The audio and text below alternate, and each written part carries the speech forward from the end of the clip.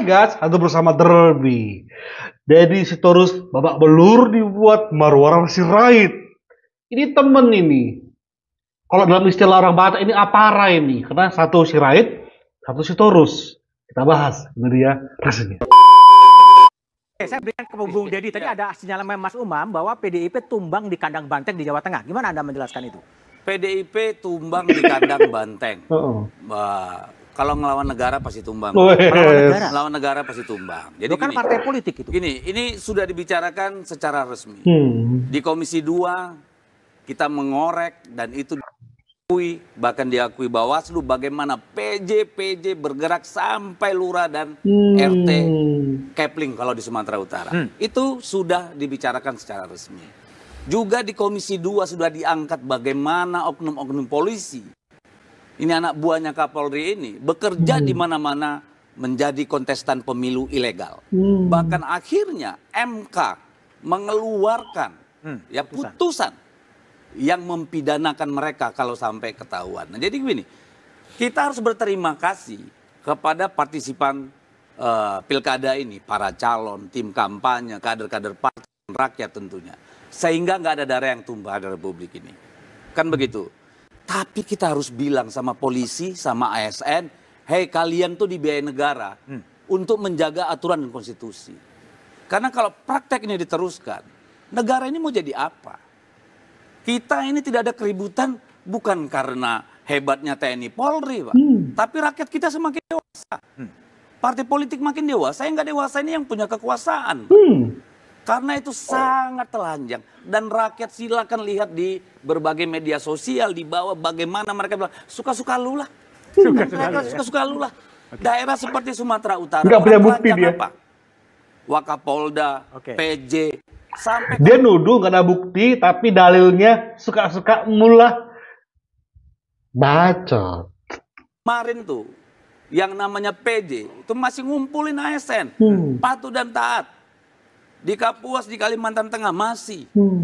Bansos sampai di semua provinsi, di semua kabupaten dan kota di Sumatera Utara telanjang. Tidak ada apa-apa. Jadi, ini adalah kedewasaan politik. Yang tidak dewasa, instrumen negara. Makanya tadi saya bilang, yang menang dalam pemilu ini nggak usah angkat dada. Mau itu Kim, mau itu calon, terutama di Sumatera Utara, di Lampung, di Banten, ya, di Jawa Tengah, di Jawa Timur. Itu semua kita sama-sama tahu, nggak usah jadi orang munafik, saya nggak suka. Ya, jadi itu sudah sangat telanjang, kita mau bilang apa? Dan anomalinya sangat jelas. Ambil contoh Banten. Itu 1 minggu sebelum coblosan, itu 77% versi LSI, elektabilitas Airin. Di 30-an% itu Andra Soni. Secara logika politik, kecuali ada kejadian luar biasa, orang waras nggak akan terima Airin bisa sampai segitu. Itu sangat tidak masuk akal. Siapa yang bergerak? Kalau yang kami terima, yaitu tadi parcok itu. Parcok ya. Nah, di luar itu saya kira ini persoalannya lagi ya di kita kalau menurut saya. Rusaknya ini. Karena yang digunakan itu tidak saja money politik, tidak saja pengerahan aparatur negara, tetapi juga intimidasi dan ancaman. Di Sulawesi Utara itu sangat kencang. Bahkan kader partai dilarang. Ya, pasang spanduk, kampanye, itu terjadi. Di Jawa Tengah lihat saja. Hampir semua baliho, spanduk dari Andika dan Pak Hendy itu ditumbangin, Pak. Baik Bung Deddy. Jadi apa yang terjadi sebetulnya di berbagai daerah? Kita coba lihat nanti dengan Jayadi Hanan dan Bestian setelah. Deddy, beli tisu nah 2000 ini ya. Kau mau nangis tapi nggak ada tisu kan? Nah, beli tisu. Oke, langsung pendapat arah. Demokrasi terancam mati. Apakah Anda juga punya kesan yang sama? Berbeda sekali. Iya. Karena waktu Pak Jokowi itu kepercayaan publiknya bahkan paling tinggi di dunia. Ya, kepercayaan publiknya. Betul ya Pak ya? Habis itu Pak Prabowo 85%. Lebih tinggi lagi Pak. Kalau rakyat Indonesia nggak percaya Pak, kalau hari ini ada yang nggak jujur, main ya, polisi juga kepercayaan publiknya tinggi Pak. Ya, kejaksaan juga meningkat. Nah, kalau polisi kita bisa berdebat. Boleh gantian nggak? Ya, silakan biar Ara dulu. Ya, kalau kamu ngomong gantian. Ya. Kita nggak usah kayak anak kecil. Aku mau kasih tahu bahwa polisi beda. Oke, biar Ara dulu. Ya silakan. Udah silakan. Nggak apa-apa, silakan. Bukan kamu yang ngatur. Yuk, silakan. Ya, saya silakan. Jangan kamu yang ngatur. Di sini ada moderator. Lewat Silakan, moderator silakan aja Ya, moderator. moderator yang ngatur bukan kamu yang ngatur. Makanya saya bilang lewat moderator silakan. Udah gitu ya. Emang kalau kalah itu ikhlas saja. Enggak, Kalah itu udah. Oke, udah, berat, silakan, Ara. ya, gitu. Kalau belajar negarawan itu pernah menang, pernah kalah. Pak Prabowo itu berapa kali kalah? Nggak usah terlalu songong lah. Ya. Nggak usah terlalu songong. Udah, lah. biar Bung Dedi Emang Ara itu dulu, selesai dulu. faktanya. Nggak, dari kok tadi begitu. songong melulu lu soalnya. Ya, yang menang merayakan, yang kalah menjelaskan. Nggak usah Ya. terlalu songong kita. Memang berat kalah itu. Iya. Oke, silakan. Sabar aja. Ya memang lebih enak jadi kaki tangan oligarki kok. Oke, berhenti Bung Dedi, biar Ara dulu. Kasih. Ya udahlah. Memang berat kalah itu. Nah, Ya. jangan terusin kayak perempuan. Jangan. Lu udah menteri aja masih kayak perempuan, gue heran. Udah, biar Ara dulu. Maaf ya, gender based ya. Gak apa-apa. Tapi kayak anak kecil. Gak apa-apa ya. Oke, silakan Bung Ara. Bang, Tadi demokrasi terus terancam lah, lu mati masih tadi. mancing aja gak lu. kelas gitu ya.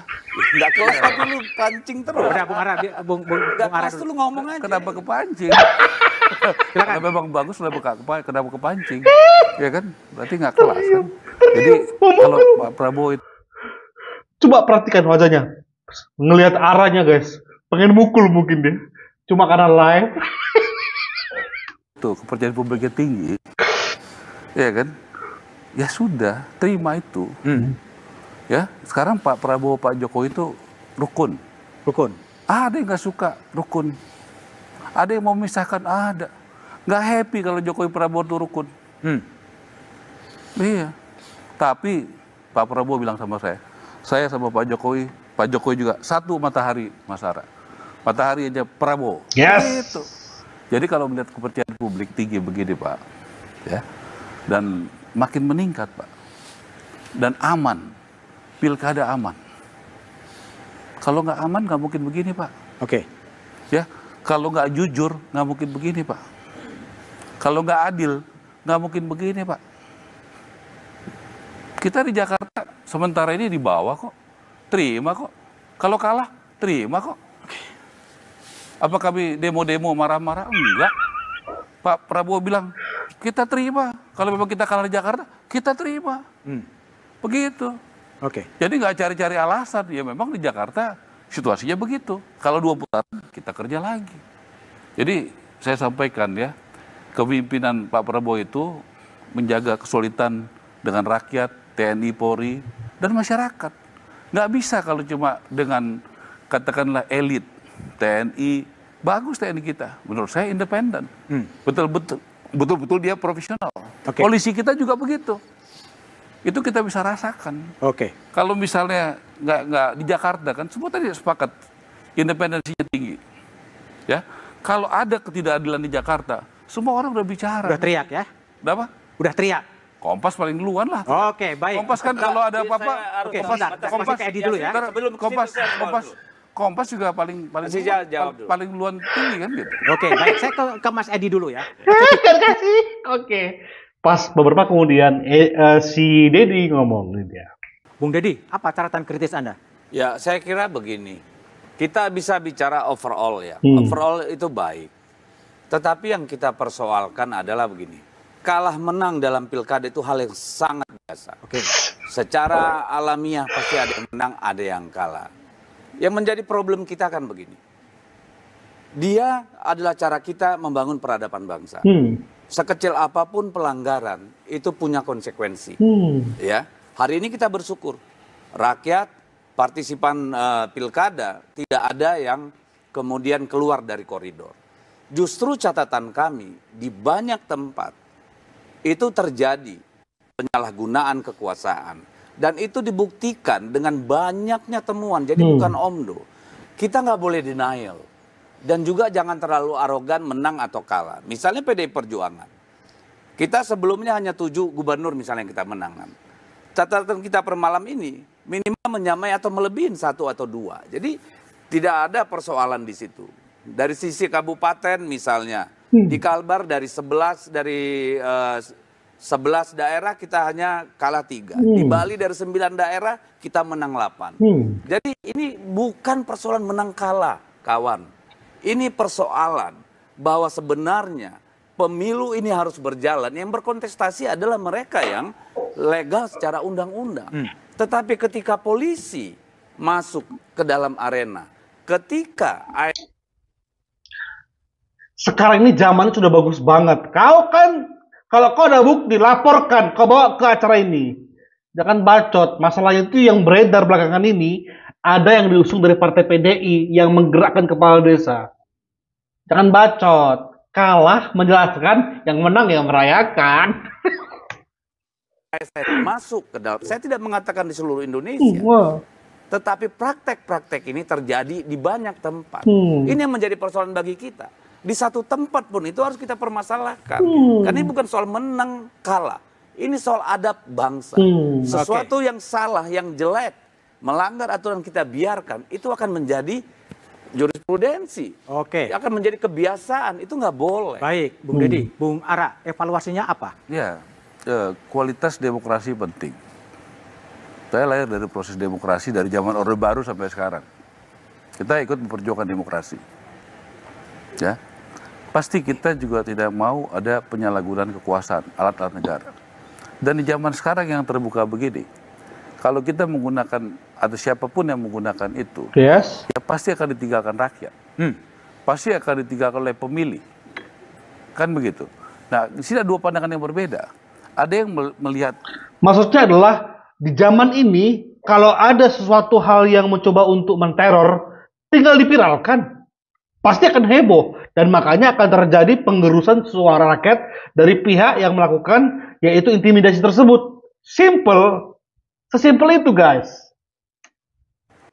Polisi kah, ASN kah digunakan untuk memenangkan calon? Silakan yang berpandangan seperti itu. Iya. Kita nggak bisa paksa. Tapi kami berkeyakinan, saya kader Partai Gerindra, jelas ya, Pak Prabowo itu tidak menggunakan alat-alat negara, mau polisi kek, mau ASN kek. Dan itu lahir dari proses demokrasi yang ada.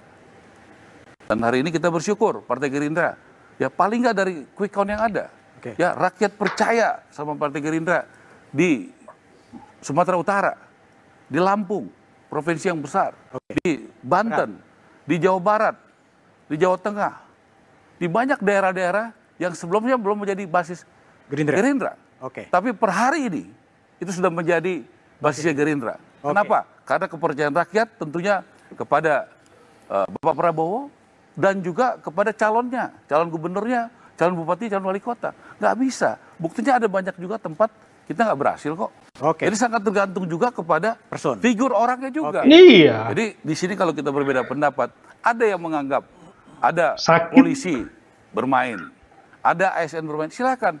Kalau kami berkeyakinan pilkada ini berjalan dengan demokratis, polisi, tentara, ASN sudah menjalankan tugasnya dengan baik. Itu posisi Partai Gerindra. Kang Aceh. Malu-malu lah situ Teddy Sitorus. Aduh Tuhan. Jadi pertegas sekali lagi ya. Ada dalam satu rumpun ya, rumpun Sitorus dalam marga Batak, Sitorus Sirait, Manurung. Nah, butar-butar. Nah, ini Sitorus, ini Sirait yang riek, butar-butar.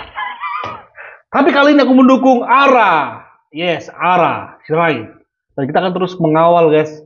Kita terus suarakan sampai betul-betul kalau nanti di DKI 2 putaran kita akan satukan kekuatan untuk mengatakan tumbangkan banteng. Terus kita bahas. Thank you. Bye-bye.